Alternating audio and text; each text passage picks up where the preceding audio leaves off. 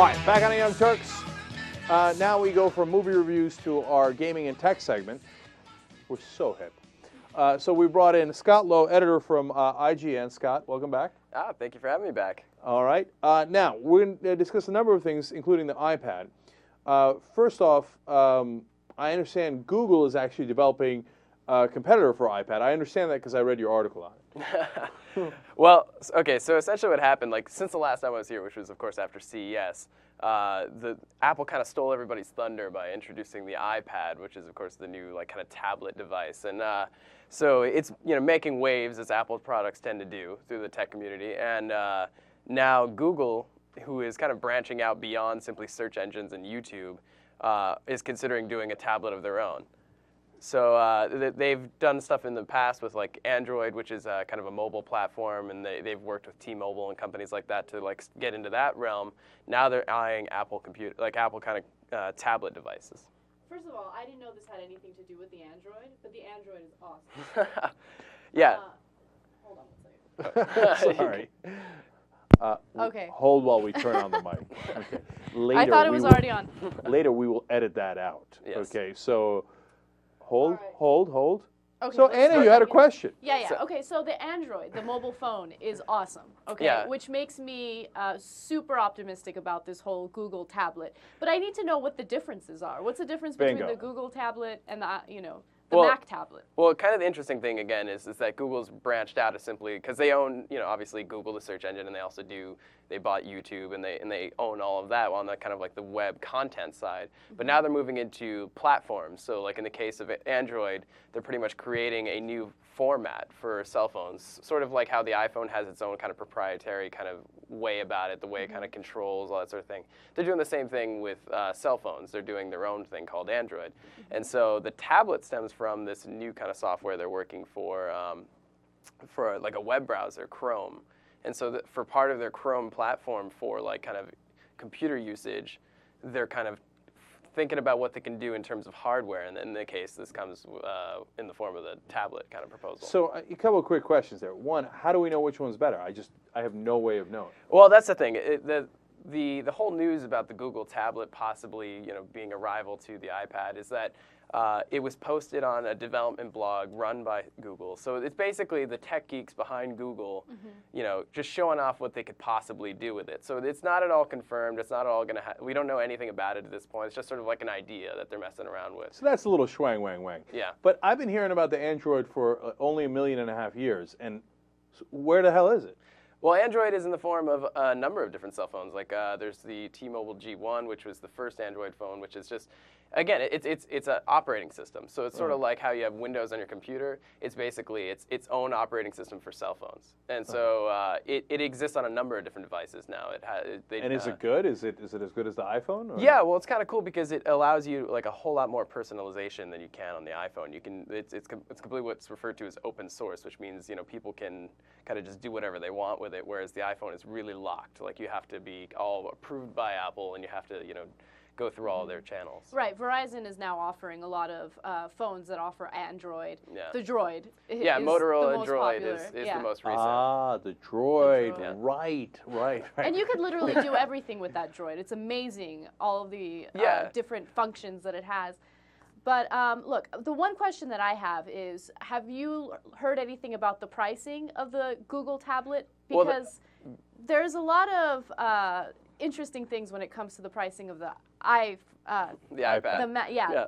Well, You almost call it the Maxi phone. Almost. Okay, Yeah. and that's the problem with it. Yeah, definitely an ill-advised naming of a product. Right, But the Google tablet, on the other hand, is again, it's a completely just a sort of a concept at this point. They haven't really announced anything in terms of specs or like when it'll even be released, if it'll be released. It's just sort of like kind of like brewing in the kind of the technosphere. So how about the iPad pricing? Okay, so iPad pricing, on the Right. other hand, is kind of a breaking topic at the moment because when it came out, prior to the announcement, the speculation was that it was going to be somewhere between $800 and $1,000, and it was, it was a pretty steep price, and people were really concerned about it. Apple comes along, does the official unveiling, and says, okay, we're going to blow your minds. It's only going to cost you $499. But there's a catch. There's a catch, because the $499 model is not one you want, or you may not want, because it's limited in terms of what it can do. So like the pricing has kind of been an issue, because the models that people are probably going to want are going to cost them more. Like the most expensive one is $829, Right. and which is again pushing up towards that initial estimate. So my final question on the iPad is, if I get one that's in the $700 ballpark, because which seems like that's the one most people are going to get. Yeah. Can I use it like a computer? I mean, if I can't effectively use it as a computer, then I don't really know why I bought it.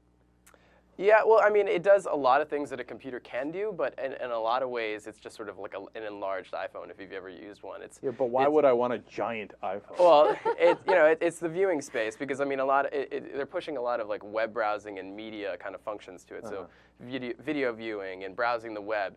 A lot of people aren't really happy with the the really small screen that the iPhone offers. So they're kind of saying, okay, well now we're going to give you this bigger screen, and it's more of a computer than a cell phone. Right. And it kind of like blurs those lines a little bit. So the real technophiles out there are really going to want to go after this iPad. Personally, as a techie, I am interested in it, but I kind of see it as the beginning of a cool product, but not quite there yet.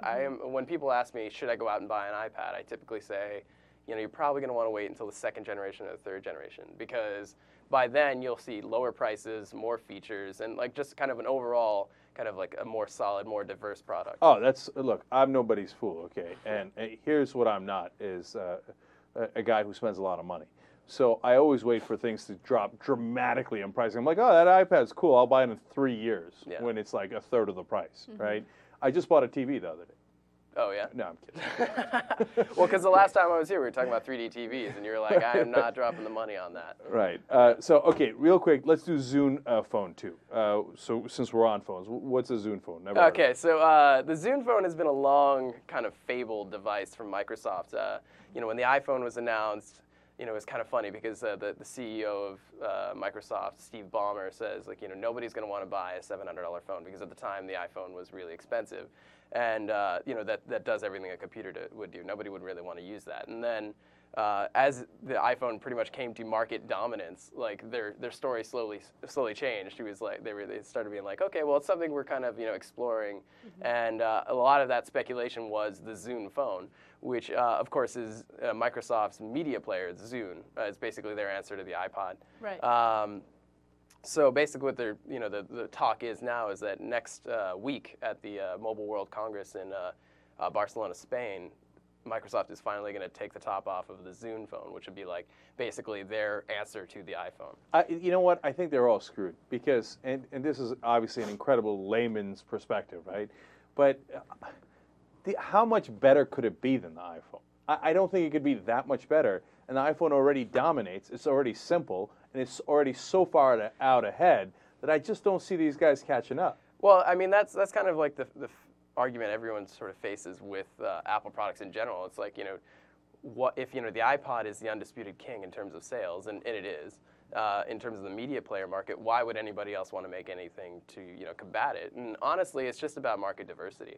I don't think anybody really has the ambition of overturning the iPod at this point. I mean, obviously that's a goal, but I don't think it's a realistic one that a lot of companies really consider. So in the case of like something like the Zune Phone, I think again they're trying to just sort of like tap into the market who likes the iPhone but isn't quite ready to go with all the kind of premiums attached to it.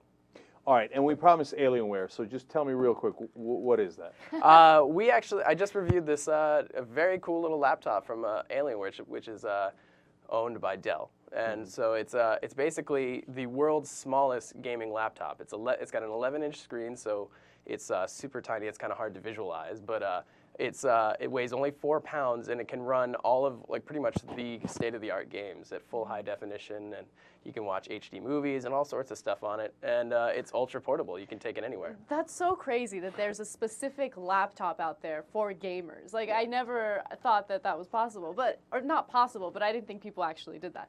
But they actually remodeled that, didn't they? Because the first edition of the Alienware laptop was kind of bulky, and it had a really bad battery life. Well, the Alienware laptop range, because they make a multitude of different devices in terms of like, you know, what's in them, what they can do, has always been sort of like a desktop replacement, not necessarily something you can, you know, play on the go or use on the go.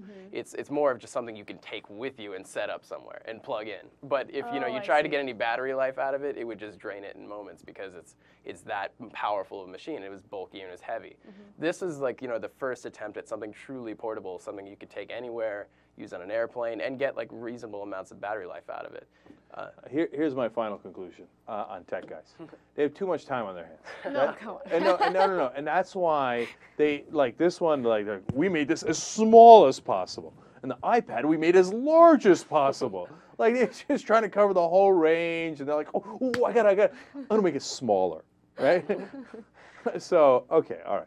So it is what it is, and I'm sure some people will enjoy it. It's such a give and take. You know, you make things bigger when people need it. You need it smaller. Like it's all about, you know, kind of giving consumers what they want. I hear you. And Scott, you've been great. Scott Lowe from IGN. Really appreciate your expertise. No worries. I'm glad I could help. All right, we'll be right back.